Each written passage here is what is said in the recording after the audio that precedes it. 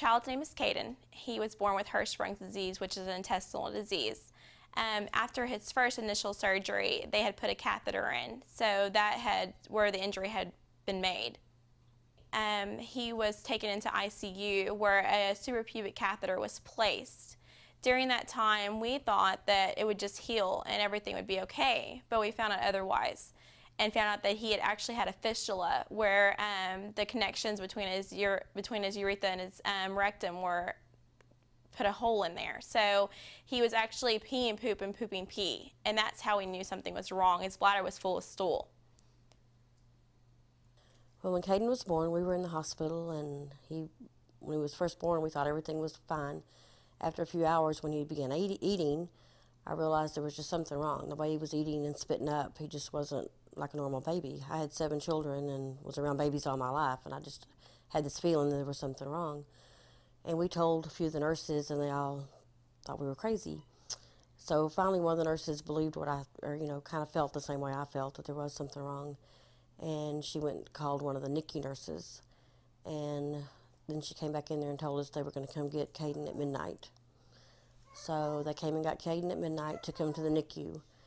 About an hour and 20 minutes later, the NICU doctor came in and said, "We need to talk." And he said there was definitely a problem with Caden.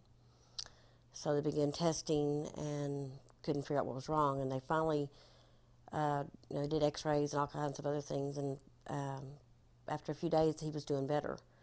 They released him from the hospital, and he went home for like 12 hours. And Kimberly called me and said, "Caden's getting real sick again." I said, "Meet me at the ER." And we got there, and they admitted him and did a few more tests during the week, and then transferred us by ambulance to the big hospital downtown where they could further test him because he had Hirschsprung's disease. When Caden had his initial Hirschsprung's surgery, which was a pull-through, he did wonderful through the surgery. And then once the catheter was placed, because they thought his bladder was distended, the nurse blew the catheter up actually into the urethra instead of into the bladder, which when it happened, I told her there was something wrong, and she looked at me like I was crazy. But anyway, so then when he was taken into ICU, he was very sick by then, and lost tons of weight. He was down to just skin and bones. Matter of fact, they told us he was like one of the kids that was malnourished. That's just how bad he was. We talked to one of the urologists in Houston that was going to do the surgery, or that they had planned on doing the surgery. And I just had this very strange feeling that he did not have the expertise and the experience in this type of surgery. I mean, after speaking with him and finding out the surgeries he had done and on what ages and all that. So I went home and got on the internet and started looking up urologists all over the country. I called doctors in Florida and Tennessee, just all over. And I had emailed Dr. Gilman's office. And that night, I received a phone call from Dr. Gilman. And we talked for quite a while, and he seemed to really have hope that he wasn't making any promises because he had not seen Caden or his records or any of the testing. And I had him call Kimberly and talk to her also. Well, before then, I went in there and told her that I had talked to a doctor in California, and she thought I was crazy. The look on her face. But anyway, so she proceeded to talk to Dr. Gilman for a while, and then we both felt really, really, really positive about his attitude and that he had hopes of being able to fix Caden. So we proceeded to make arrangements for our first trip to California for testing and to meet with Dr. Gilman. When the doctors told us that, he had this injury, we were all kind of in shock. We weren't sure what to expect, and nobody had seen this on a baby. So, they thought it would heal for a couple of days and it would be okay. But later on, we found out that it wasn't. And so we knew we had to take some kind of change and figure out something to do for him. And so at that time, they're telling us that nobody knows if they can fix this problem, and nobody has ever done a surgery on a child like this. So, we just didn't feel comfortable going to somebody who never did a surgery on a baby like this. This is something that he has to deal with for his whole life. And so we searched all over the world to find somebody who thought they could help us with the problem, and that's where we found Dr. Gilman. And at the time, he didn't know much about if he was able to fix the problem until we got there. So we kind of took a shot at trying to see if he could help us. Dr. Gelman thought he could help us, so we talked to him. He gave us a call. He's really helpful. He gave us a call not knowing anything about Caden, and he thought he had a chance to help fix this problem, and so we decided to go with him. As far as being able to fix Caden's problem, I had fear. There's no doubt, but I also had a lot of faith in Dr. Gelman, just from talking to him. And then once we got to California for our first trip and met him, and he was so honest and so caring, he didn't have to take this case on. It was a very, very major surgery, and one that had not been done on a baby of that age, because the anatomy on a baby that age is so small, just tiny, tiny, which takes a lot of patience and understanding and that type of thing. And there was just something there. I can't even explain it. I just had a hope that he could do it, and faith in him. The other doctors just would all say, we have no idea.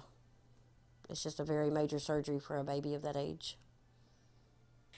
I just felt so comfortable with Dr. Gelman. I just felt that he was somebody that could really help my child. And so obviously it was a big chance, but it was his only chance. And so it was the thing that we had to do to help him. Without my family, I don't know what I would do. I mean, Caden's my life. And so seeing how much he had been through, we had to do anything we could to help him. And that's what we did. We took him to California, and we fought to keep him alive for the first year of his life. So I wasn't going to give up.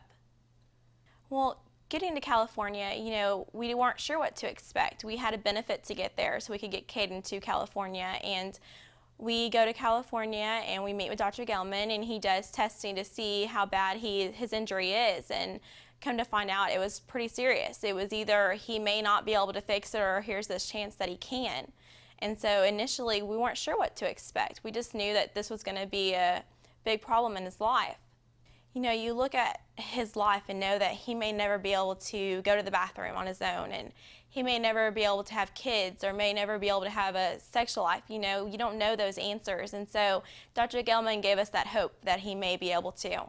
Well, in the beginning, we meet with Dr. Gelman, and we know that he has this chance to do this surgery on him. And so it's a big choice. I remember going back and forth debating on, what am I going to do? Do I let him, keep the catheter in and just see how he'll be in the next couple of years, or do I give him the chance and take this long journey and this long surgery, miles away from home and nobody here with me? And it was the right thing to do, and I'm so glad that we did it.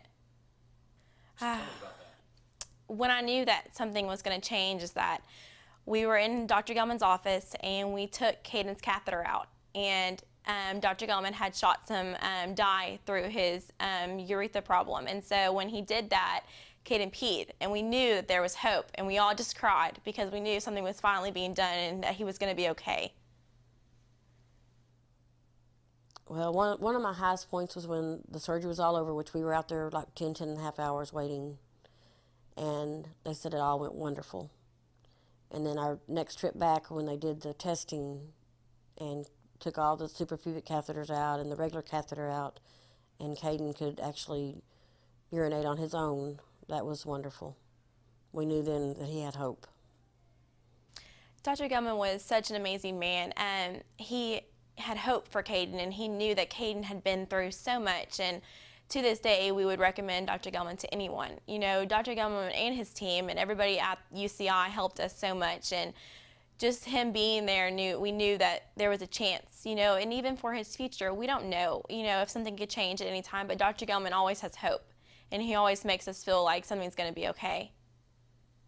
Life today is nothing that I ever thought it would be. I mean, we still worry, we still have the worry of if something's ever going to happen, but knowing that he can pee on his own, and that eventually he can potty train, and eventually he'll be okay. He obviously still has scars everywhere from his problems, but just to look at him today, and you never know what he had been through, not knowing that he's had 10 to 15 major surgeries, you would never know that. This is Caden. He's kind of hot. He's been outside playing, so looking back a year ago, I would have never thought that he would be sitting here being almost 2, looking back at his first birthday and saying, I never thought he would be here and be okay. And I couldn't be more blessed to have a son that has been through so much. And I think that it did happen to us for a reason. And finding Dr. Gelman is the reason he's here and the reason that he's okay.